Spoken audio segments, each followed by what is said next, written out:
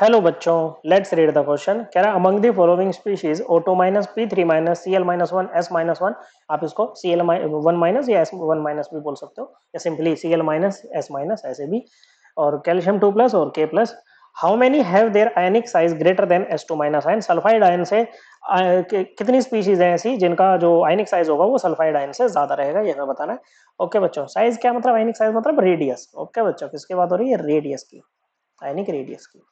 Radius क्या होता है बच्चों? ये होता है न्यूक्लियस से लेकर आउटर मोस्ट इलेक्ट्रॉन तक का डिस्टेंस। ओके, अब अगर मैं आपसे पूछूं कि भाई बताओ ये न्यूक्लियस है और ये पहला शेल है। ओके बच्चों, किसी का आउटर मोस्ट इलेक्ट्रॉन इसी शेल में आ गया बच्चों, किसी का आउटर मोस्ट इलेक्ट्रॉन दूसरे शेल में आ रहा है बच्चों, तो रेडियस किसका ज्यादा होगा? जनरली भाई उसका ज्यादा होगा ना, जिसमें दूसरे नंबर वाले शेल में आ रहा है बच्चों। ओके, तो हम यहाँ से क्या सीखे, जो रेडियस होता है वो डायरेक्टली प्रोपोर्शनल होता है नंबर ऑफ शेल्स के। शेल से जितने ज्यादा एटॉमिक रेडियस या आयनिक रेडियस उतना ही ज्यादा हो जाएगा बच्चों।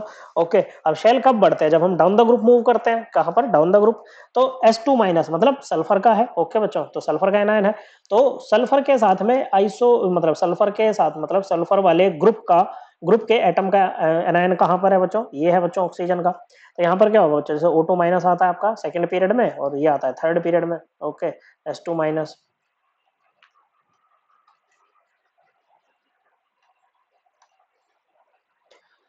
ओके, इस तरह से। तो यहां पर अगर हम बात करें इन दोनों में, ओके, तो डाउन द ग्रुप मूव करोगे तो शेल इंक्रीज करेगा, तो रेडियस क्या करना चाहिए? इंक्रीज करना चाहिए।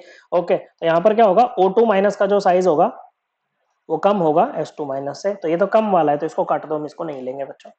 फिर बच्चों दूसरा जो इम्पैक्ट आता है बच्चों रेडियस पे, वो आता है इफेक्टिव न्यूक्लियर चार्ज का। रेडियस जो होता है इनवर्सली प्रोपोर्शनल होता है इफेक्टिव न्यूक्लियर चार्ज के। ओके बच्चों, इफेक्टिव न्यूक्लियर चार्ज मतलब जैसे ये न्यूक्लियस पे पॉजिटिव चार्ज होता है due to presence of protons, ये नेगेटिवली चार्ज इलेक्ट्रॉन को अपनी तरफ खींचेगा बच्चों, तो इसको बोलते हैं न्यूक्लियर चार्ज लगा रहा है, और ये Z के इक्वल होता है, नंबर ऑफ प्रोटॉन्स के इक्वल।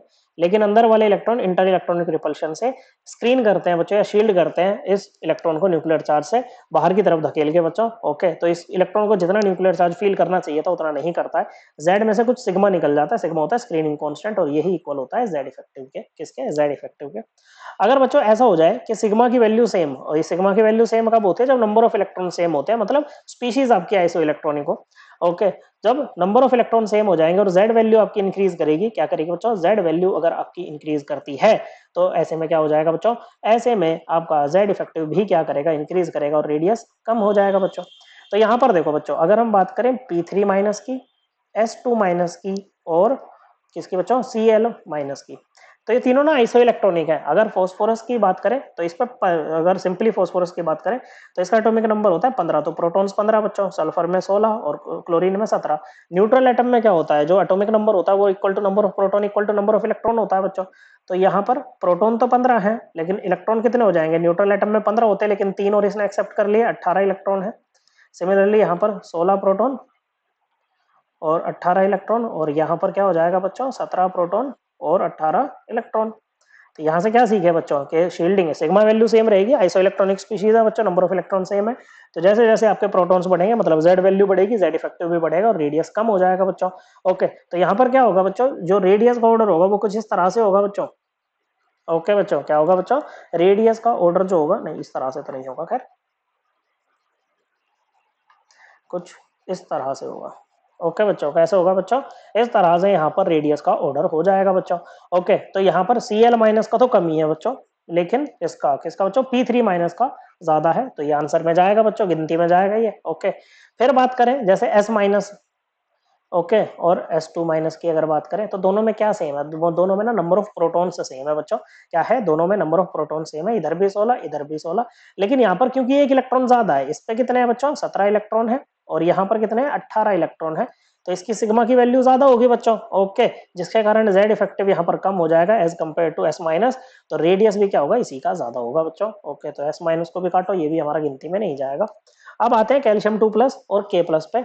ओके, अगर कैल्शियम की और पोटेशियम की बात करें तो ये दोनों फोर्थ पीरियड में आते हैं। ओके बच्चों, ये K प्लस आपका पहले ग्रुप में आ जाएगा, K मतलब पोटेशियम पहले ग्रुप में, कैल्शियम सेकंड ग्रुप में। अब यहाँ पर एक बात ध्यान देना बच्चों कि अगर हम इसकी सल्फर S2 माइनस मतलब सल्फर की अगर बात करें सिंपली, तो सल्फर आपका थर्ड पीरियड में आता है बच्चों। ओके, किस में आता है? थर्ड पीरियड में आता है। तो सल्फर की जो कॉन्फ़िगरेशन होगी वैलेंस शेल वो होती है 3s2 3p4। ओके बच्चों, क्या होती है? 3s2 3p4। ओके, और पोटेशियम की जो वैलेंस शेल कॉन्फ़िगरेशन होती है वो होती है 4s1 और इसकी होती है 4s2।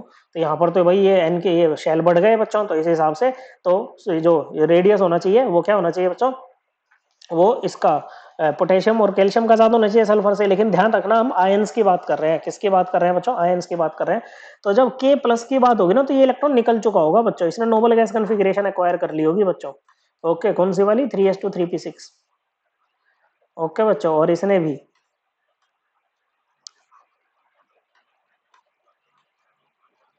3s2 3p6 और s2 माइनस भी क्या है बच्चों, 3s2 3p6 ही है बच्चों। क्या है, 3s2 3p6 है।